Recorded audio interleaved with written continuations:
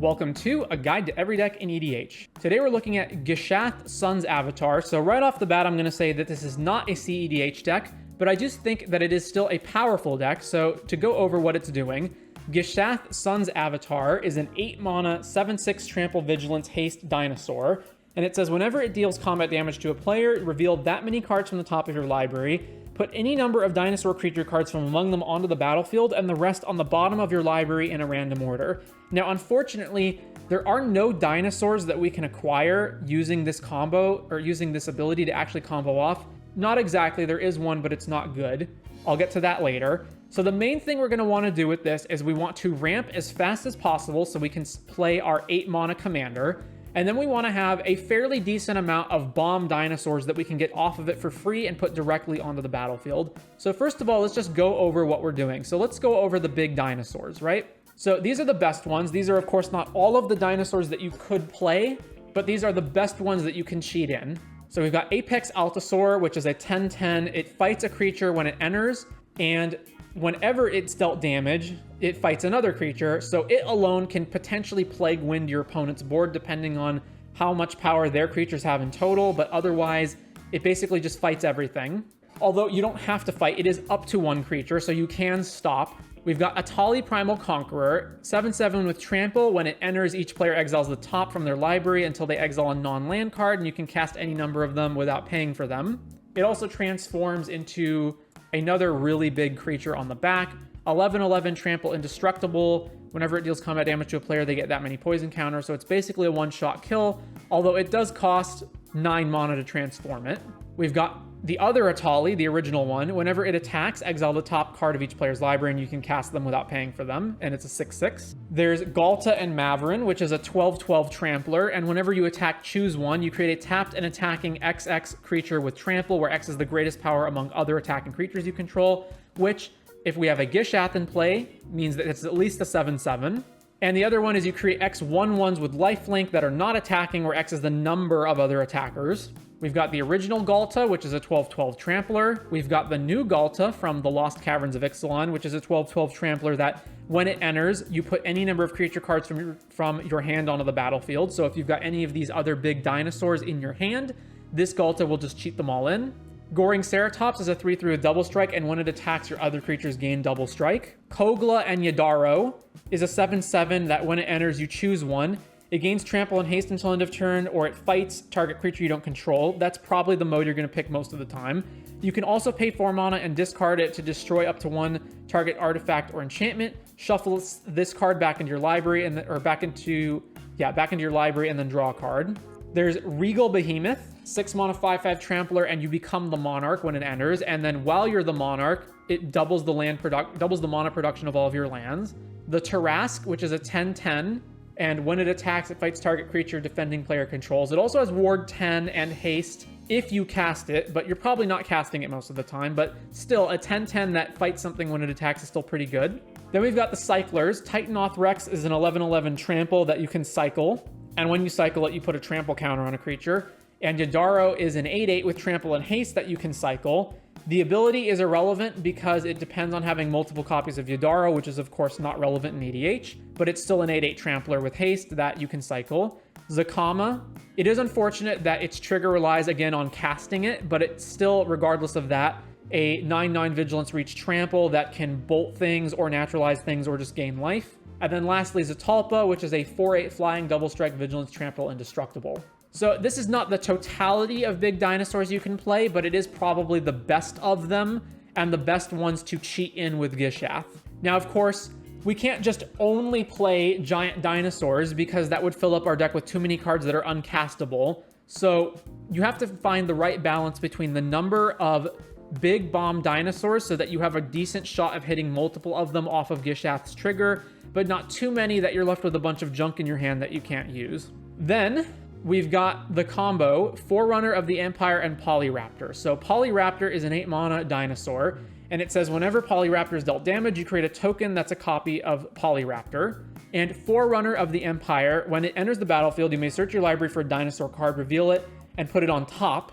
And whenever a dinosaur enters the battlefield under your control, you may have Forerunner of the Empire deal 1 damage to each creature. Now, this is a combo because if you have Forerunner in play, Well, first of all, playing Forerunner can tutor Polyraptor to the top of your deck, which can then be cheated in with Gishath.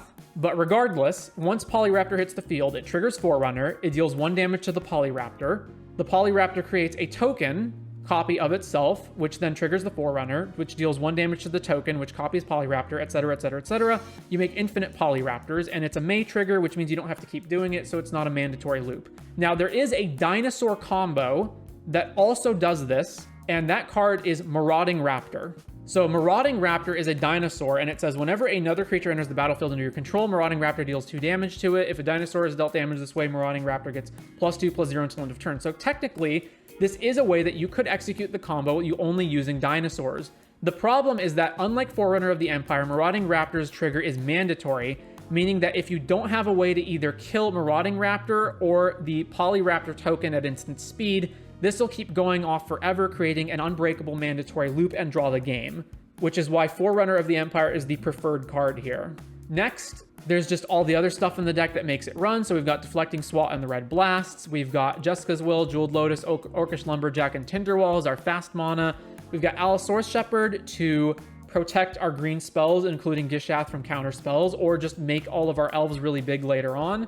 Veil of Summer for the same reason. Then we've got all of our various mana ramp, and we want a lot of it because we want to get to 8 mana for Gishath as fast as possible. So this causes all of these elves. So like we want all of our Mana Dork elves, we want our Carpet of Flowers, we want all of our Mana Rocks, including the bigger Mana Rocks like Basalt Monolith, Grim Monolith, etc., Ragavan, Soul Ring, Thran Dynamo, 3 visits, as much ramp as we can get so that we can get to Gishath or our other big bomb payoffs as soon as possible. We also have our tutors. We've got an Enlightened Tutor, and we've got Congregation at Dawn. This searches for 3 creatures and puts them on top, so we can search for 3 dinosaurs, put those on top, and then Gishath them all into play, or just find other combo cards like we can find our Forerunner of the Empire. You might be wondering why Worldly Tutor isn't in here. And Worldly Tutor I have experimented a lot with in creature decks, and even in the decks where where you have creature combos, Worldly Tutor just never winds up being as good as you'd think it would be. There's usually not a creature that you can find that's like a mana or value engine in the same way that artifacts and enchantments are. And if you tutor a creature that is a combo card, it's usually pretty obvious right from the start that that's what you're doing.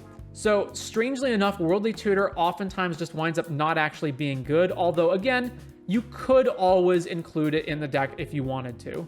We've also got Throne of Eldraine, which is 1 part Mana Rock, 1 part card draw. And now, since we're playing white, but we're not actually playing any combos. Now, we are kind of playing combos in Forerunner Polyraptor, but even that doesn't win on the spot. So we do need to slow our opponents down. So we've got a bunch of rule of law effects. So Archon of Emeria, Deafening Silence, Aethersworn Canonist, and Phyrexian Censor all prevent our opponents from casting multiple spells each turn. That's not such a big problem for us because we're usually only interested in either playing 1 giant Gishath or 1 giant other big spell, but it slows down all of our opponents who are looking to play cheap cantrips, combos that involve casting multiple spells, etc. And then finally, we've got our card draw, which also includes a bunch of big payoffs for running all of these expensive dinosaurs. So, for example, we've got Esper Sentinel, we've got Garruk Primal Hunter, which -3 draws cards equal to the greatest power among creatures you control. Gishath already has 7, and we have some creatures that have even bigger power than Gishath. We've got Greater Good for the same reason. Jessica's Will can help us get the mana that we need to cast Gishath faster, or just help us find more cards. Last March of the Ent, similarly. I think Recycle is a criminally underplayed EDH card. 6 mana enchantment, you skip your draw step, and your max hand size is only 2 cards, but whenever you play a card, including a land, you draw a card. Return to the Wild Speaker, we can draw cards equal to the greatest power among non-humans.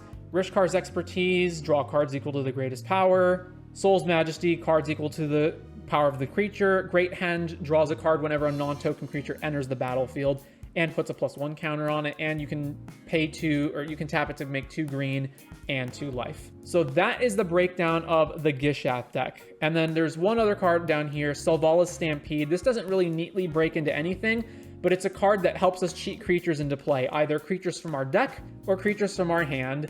Now, obviously, you don't know exactly what this is going to do every time, especially because your opponents are voting for it. But given that we have 14 to 15 pretty big bomb creatures in our hand, it's pretty reasonable to get the ones out of our hand onto the battlefield for free. And then putting creatures from our deck into free, we also have a pretty good shot of hitting one of these big bomb dinosaurs, although of course we also have a very good shot at hitting random rampy monodorks, but that's fine as well. And then the mana base, pretty straightforward. Again, it's a fairly stock Naya mana base with all the usuals. Cavern of Souls to make our dinosaur uncounterable. Ancient Tomb to go off faster. Gaia's Cradle, pretty stock in green decks when you have a bunch of monodorks. And that is the breakdown of the Gishath deck. So one last thing for Forerunner of the Empire. It deals 1 damage to every creature when the dinosaur enters the battlefield, which includes itself, so you can't actually technically go infinite with it, but it does allow you to create a fairly sizable amount of Polyraptors. So the first trigger will trigger the Polyraptor and make a token, then the second trigger will trigger both Polyraptors and make a total of 4 Polyraptors, and at that point you can stop triggering Forerunner, otherwise it'll kill itself. Although if you have multiple Polyraptors, you can continue the next turn. So putting 4 5/5s into play is pretty good.